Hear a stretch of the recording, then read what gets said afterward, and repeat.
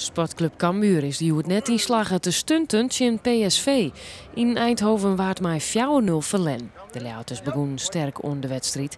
Bartolomé Ogbetje wiel na 6 minuten dicht bij de openingstreffer, maar wist net te scoren. Dat slagen Luc de Jong wol, die in de 21ste minuut de score openen.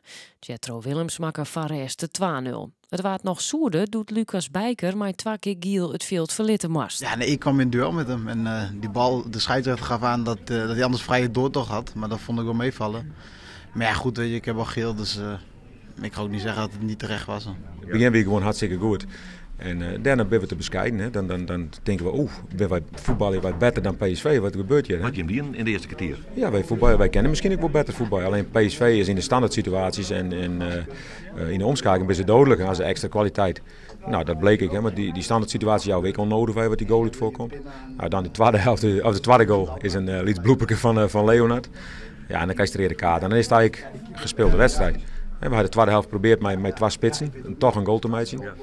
En als het 2-1 maakt, wordt PSV zenuwachtig. Maar toen weer 3-0 en dan kent ik 4-0 weer. Of jou erin, wij kregen dan een dikke kans. Ja, natuurlijk bal je van dat moment. Alleen ja, die dingen gebeuren mogen niet gebeuren, maar ja, het is gebeurd en je moet gewoon verder. Dus ja, natuurlijk doet het wat, maar we gaan gewoon lekker verder. Okay. De speaker die kondigde het doelpunt als een prachtig doelpunt. Maar in hoeverre voel jij jezelf schuldig aan dit doelpunt? Nou, dan heeft de speaker er geen verstand van. Het is gewoon mijn fout en die neem ik op me. En ja, we moeten gewoon verder. Ik kan er niks anders meer van maken.